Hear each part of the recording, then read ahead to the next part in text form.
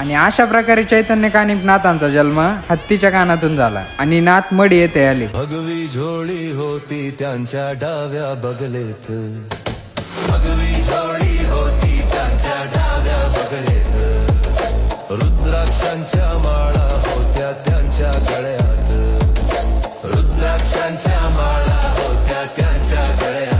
तर जय शिवराय पब्लिक, मी आकाश शेजूळ आणि स्वागत आहे तुमचं आपल्या आजच्या ब्लॉग मध्ये. तर कानिफनाथांचा जन्म कसा झाला आणि त्यांचं नाव कानिफनाथ का ठेवण्यात आले हेच तुम्हाला आजच्या व्हिडिओ मध्ये सांगणार आहे. तर बद्रिक आश्रम मध्ये शंकर भगवान जालिंदरनाथ आणि अग्निदेव गप्पा मारत होते आणि त्यावेळी भगवान शंकर जालिंदरनाथाला म्हणाले की हिमालयामध्ये एक हत्ती आहे आणि त्या हत्तीच्या कानात प्रभुत्व नारायणाने जन्म घेतला आहे. आणि त्यावेळी ते हिमालयामध्ये गेले आणि जालिंदरनाथाने हाक मारली की हे प्रबुद्ध नारायण, ह्या सृष्टीत आपले स्वागत आहे.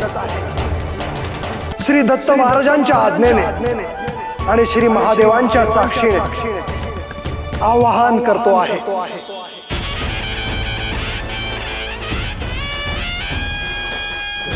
तर मित्रांनो, अशा प्रकारे चैतन्य कानिफनाथांचा जन्म झाला. तर हाच होता आपला आजचा ब्लॉग. कसा वाटला कमेंट मध्ये नक्की सांगा. आणि हो, आणि एवढ्या भारी माहितीसाठी एक फॉलो तर बनतोच, तर फॉलो करायला कोणीही विसरू नका.